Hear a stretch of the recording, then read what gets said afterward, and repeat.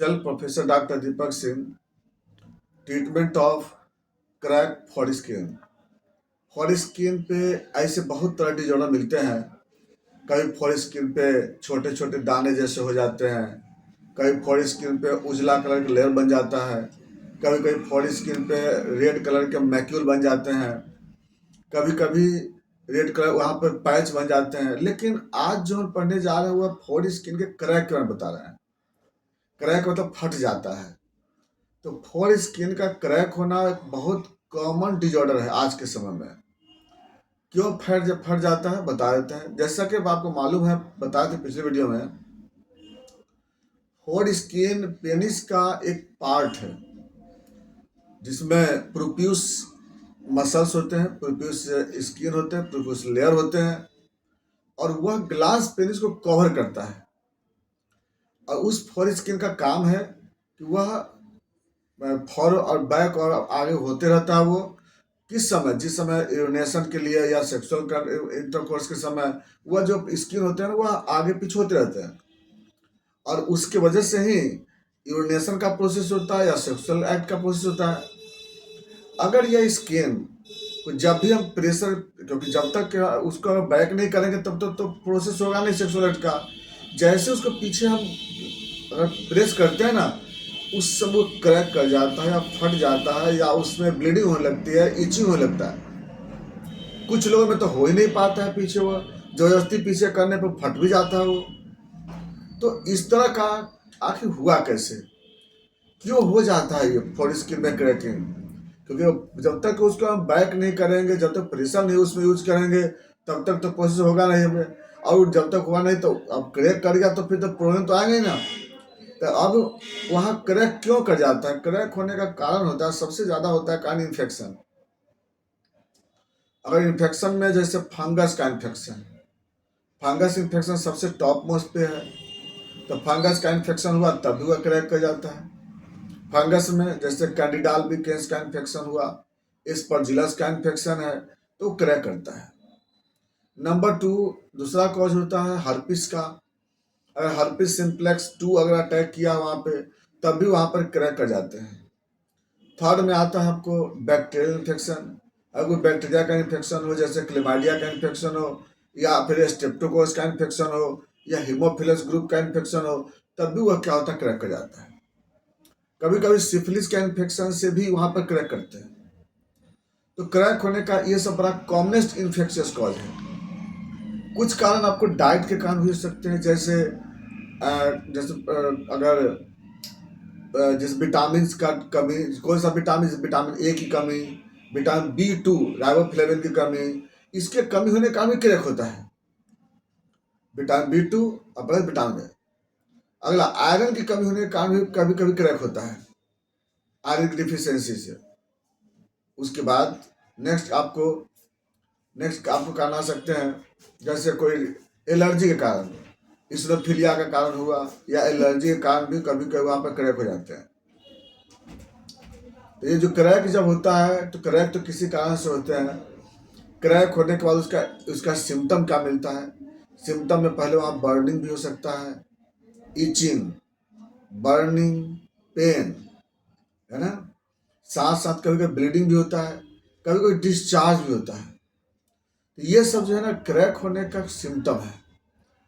और प्लस जो भी होता है प्रोसेस, वह एक्ट नहीं हो पाते हैं, सेक्सुअल एक्ट प्रॉब्लम हो जाएंगे। और कभी कभी तो ये इन्फेक्शन इतना ज़्यादा हो जाता है इसमें कि इसमें डिस्चार्ज भी होने लगते हैं। तो ये सब जो है क्रैक स्किन होने का सिम्टम है। अब आते हैं इसका डायग्नोसिस।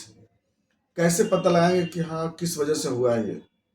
तो ऐसे तो उसको देखना बहुत मुश्किल है, डायग्नोसिस करना। लेकिन हम लोग पेशेंट से पूछ करके और उसका करेक्टर देख करके बता सकते हैं कि क्रैक हुआ कैसे। क्योंकि अब वहाँ पे ब्लड टेस्ट से कुछ तो पता चल सकता नहीं है, न कोई डिस्चार्ज से कुछ कर सकते हैं।